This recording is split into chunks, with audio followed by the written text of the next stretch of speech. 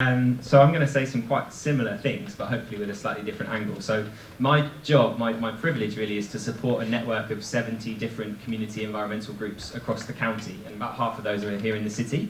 We're called the Community Action Group Network. I've written some things down because I only have a short period of time. What we do is to take practical action to improve our communities and to tackle climate change.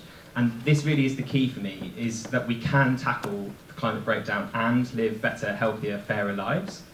So it's not really, I disagree with the framing of a lot of the Citizens' Assembly, which is about trade-offs. I think there are some trade-offs, but of course there can be massive, what in the sort of industry I guess are called co-benefits of climate action, where the climate benefits and so do our communities. That's really important to me. When we get it right, climate action is the stuff we should be doing anyway, even without the climate emergency. But maybe the climate breakdown gives us a further push to take the opportunities that are in front of us.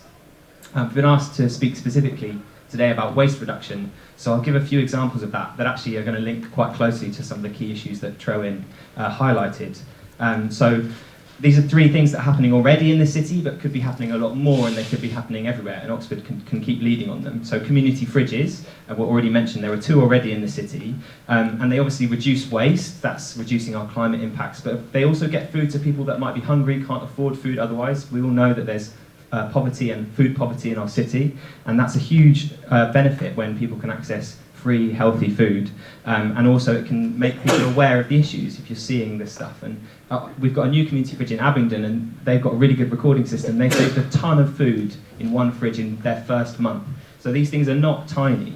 The next story is really about a library of things. Twerin mentioned sheds, share sheds, but in Oxford we have a library of things. It's called Share Oxford.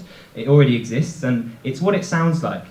You borrow things, not books, but things that might be tools, it might be camping equipment, it might be a waffle maker, things that you don't necessarily want to buy yourself, especially if you're in a transient population, like you're a student.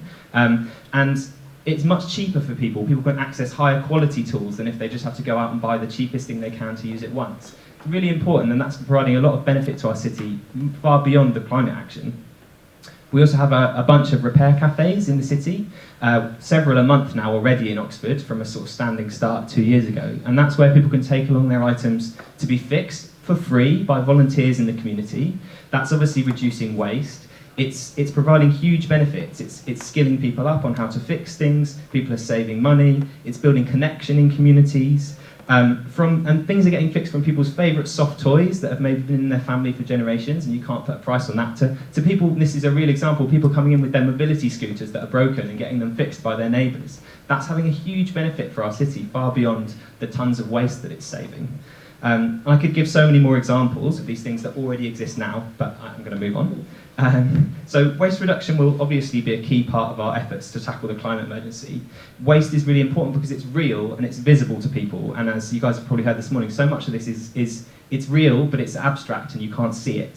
No one likes waste. It's a negative for people. You know, waste is just a negative word. But we also need to think much bigger than what we put in our bins and how much goes in our bins.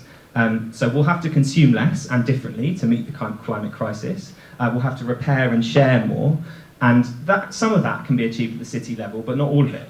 But the council can continue and increase its support for these practical projects that are reducing waste now, but also changing how we think about it and what we consume, and be leading this shift from a throwaway culture.